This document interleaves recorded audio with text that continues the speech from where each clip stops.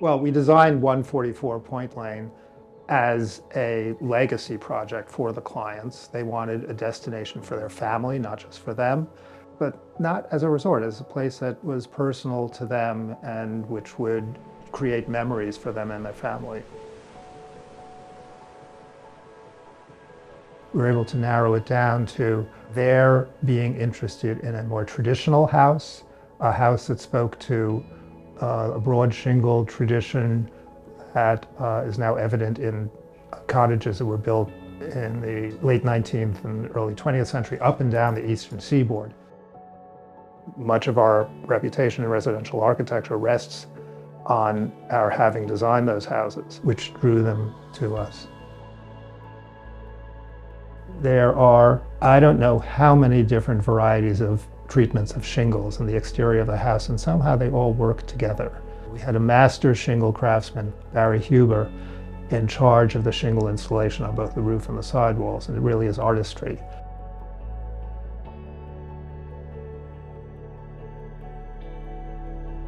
Every room has a bespoke palette of moldings, which sets the character for each of those spaces, not only on the walls, but on the ceilings.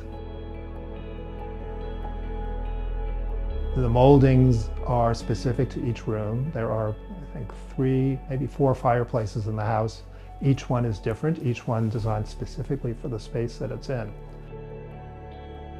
It's a long and relatively narrow house, and by being narrow, most of the rooms have a water or a view side exposure, mostly towards the southwest, I would say. So you can watch the sunset from every room.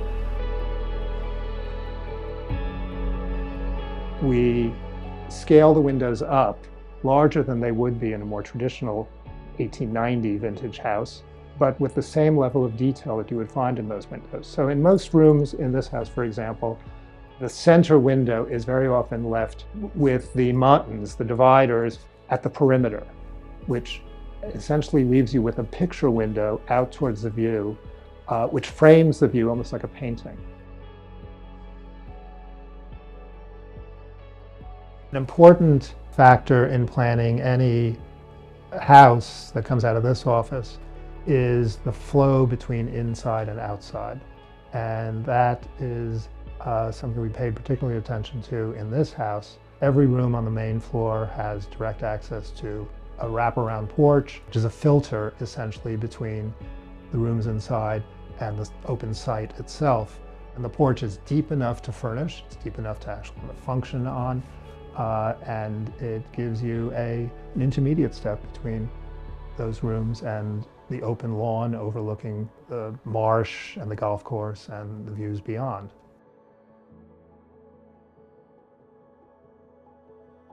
It's a work of architecture that you understand as you experience it. And that, to me, gives it greater depth and greater meaning as you walk through it.